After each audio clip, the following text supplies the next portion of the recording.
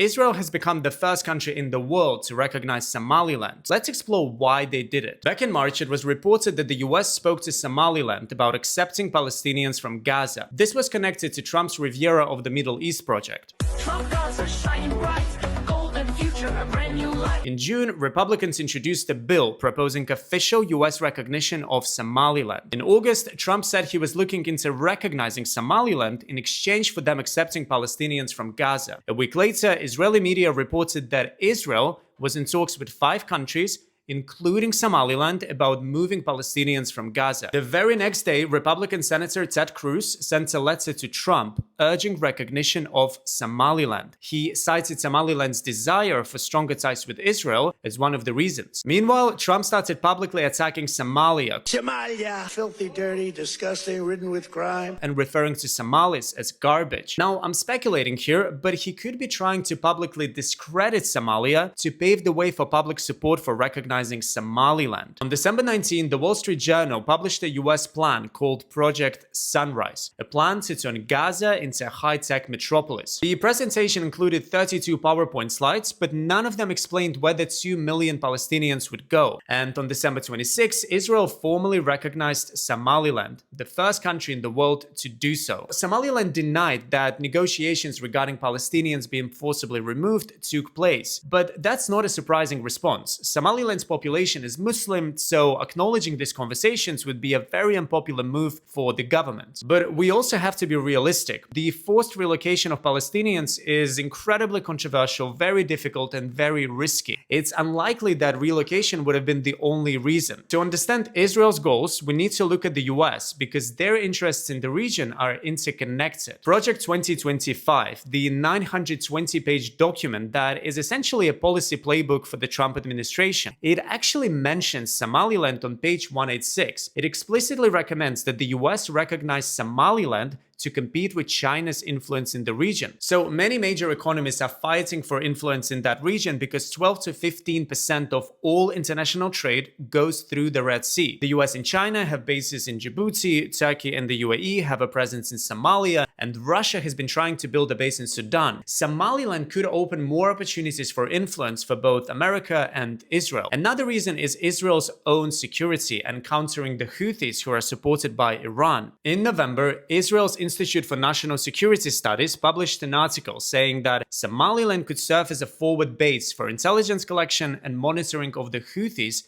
and their military. If you want to know why the rest of the world has been refusing to recognize Somaliland, check out my podcast and follow for more.